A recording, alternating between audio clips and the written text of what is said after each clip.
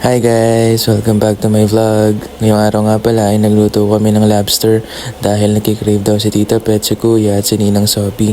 Kaya tara, samahan nyo kami magluto. Wala pa nga sila Tita Pet sa mga oras na to, kaya hinugasan ko na yung mga gagamitin sa pagluluto.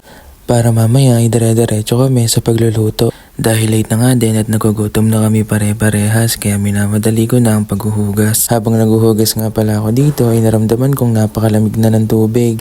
Pinagtatanggal ko na nga din yung buhol ng mga plastic para mamaya ay sasalang na lang. Pinagbubuksan ko na nga ng lahat ito para mamaya ay dire-diretso na. At ito nga din yung chicken feet na aming iinit.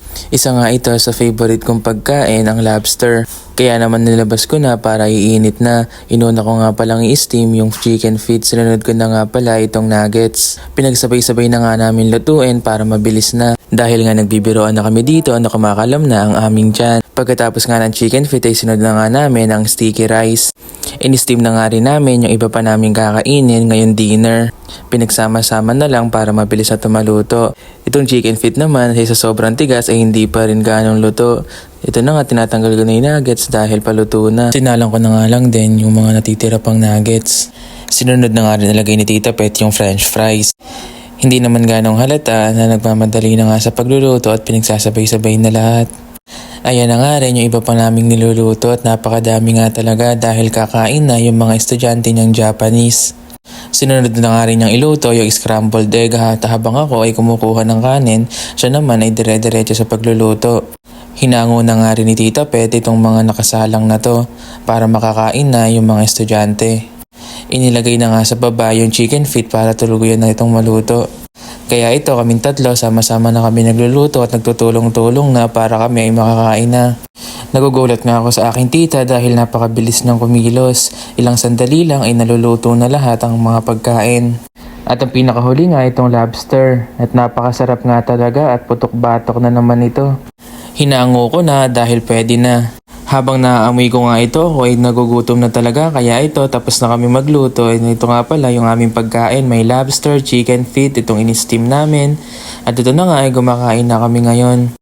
Nahahalata niya naman sa aking mukha na gutom na talaga ako kaya kumain na agad ako. Napakasarap nga talaga. Kaya nga lang ako ay naghihinay-hinay baka sumakit ang aking batok. Napakataba nga nitong lobster na to. Sinamahan ko na rin agad ng kanin dahil kapag may kanin nito sigurado namang swak na swak. Meron nga din pala kaming ininit na tinola dahil nga masarap humigop ng mainit na sabaw sa malamig na panahon. Hindi nga maikakailan na sobrang sarap nitong lobster dahil paubos na ng paubos itong kanin ko. Sinunod ko namang kainin ay ang chicken feet. Napaka-tender nga nitong chicken feet na ito at ngayon ko lang din natikman yung ganitong luto. Halata naman sa akin na sarap na ako. Kumain nga lang kami ng kumain. At ito, yung isang lobster, sisimulan ko na nga kainin. Kung makikita nyo nga sa video ay napakalaki. Kaya ayan, hinimay ko na, tinanggal ko na yung ulo saka yung buntot. Napakasarap nga ng laman na to. At napakalaki. Kaya nga nahihirapan akong itong kunin.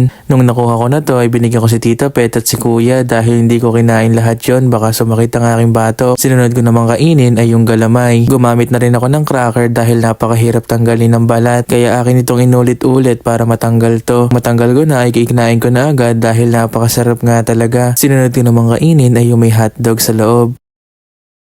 In-steam nga namin ito kanina kasabay ng chicken feet. Napakasarap nga din ito. Tapos na nga kami kumain dito at halata naman sa mukha ko na sumasakit na ang bato ko at para na akong nahihilo.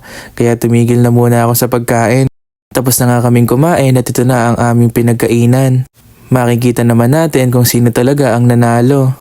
Natapos na rin kaming magligpit at maglinis ng pinagkainan. Sumunod naman ay naguhugas na kami ng mga plato at ng mga pinagamitan kanina sa pagluluto. Habang ginagawa namin yon, kami ay nagkukwentuhan at naglolokohan. Sa pamamagitan nito ay nagiging masaya kami at nagkakaroon kami ng bonding sa isa't isa. Ang sarap nga lang din sa pakiramdam dahil sa mga gantong maliliit na bagay kami ay sumasaya at naipaparamdam ang pagmamahal sa isa't isa. Dumiretso na nga kami sa sala para magkwentuhan at kumain ng mga snacks na dala ko galing Pilipinas. Hanggang dito na lang, huwag niyong kalimutan i-share, like, and follow ang aking Facebook. Thank you!